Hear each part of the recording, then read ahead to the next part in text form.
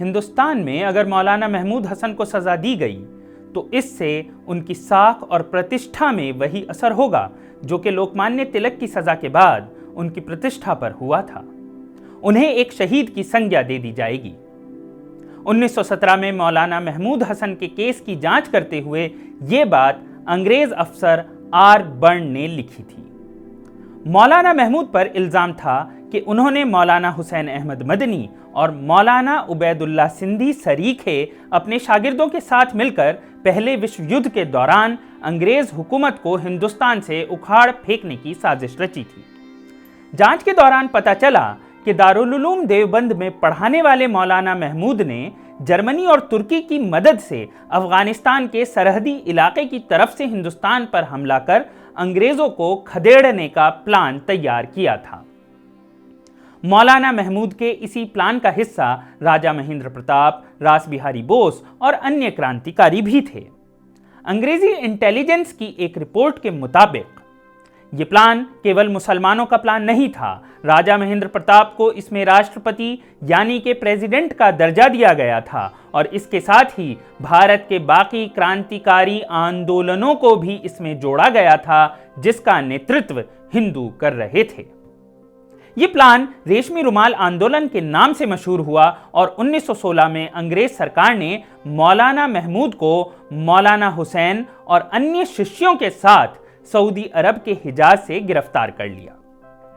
जैसा कि कानून था, उनको भारत भेजने के लिए जहाज में बिठाया जा चुका था कि वाइसरॉय का खत पहुंच गया जिसमें लिखा था, मौलाना महमूद हसन की साख को देखते हुए उन्हें हिंदुस्तान भेजना ठीक न होगा और इससे बगावत का खतरा पैदा हो जाएगा।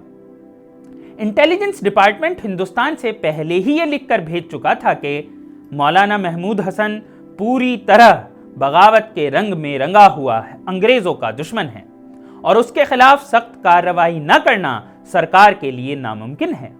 लेकिन इतनी साख वाले मौलाना के खिलाफ कोई भी कार्रवाई हिंदुस्तानियों में बगावत को और भड़का देगी। ऐसे में यह बेहतर होगा कि मौलाना को हिंदुस्तान वापस न भेजा जाए।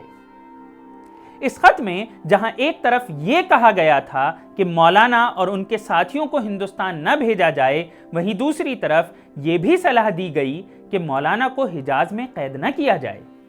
अंग्रेज सरकार का मानना था कि अगर मौलाना को हिजाज में कैद किया गया तो हज के दौरान दुनिया भर से आने वाले मुसलमानों में अंग्रेजों के खिलाफ गुस्सा पैदा होगा, जिसकी वजह से हिंदुस्तान और अफगानिस्तान में बगावत हो सकती है। इसके बाद मौलाना महमूद हसन, मौलाना हुसैन अहमद मदनी, अंजर गुल, वहीद अहमद और हकीम नसरत हुसैन को माल्टा में जंगी कैदी यानी कि प्रिजनर ऑफ वॉर के तौर पर बंदी बनाया गया। वहां 1 साल रहने के बाद सरकार ने एक समिति बनाई जो ये देख सके कि क्या मौलाना को अब वापस हिंदुस्तान भेजा जा सकता है। इस समिति ने रिपोर्ट में लिखा, इस आदमी को माफी देकर हिंदुस्तान लाना बहुत खतरनाक साबित होगा। वो भारत में एक शहीद के दर्जे से दाखिल होगा और उसकी साख कहीं अधिक बढ़ जाएगी। जहां तक बात जुर्म की है, इसमें कोई दो राय नहीं कि यह अंग्रेज सरकार का बागी है। जंगी बंदी के तौर पर जेल में रहने से इस बूढ़े आदमी की हिम्मत टूटने के बजाय और मजबूत हो गई है।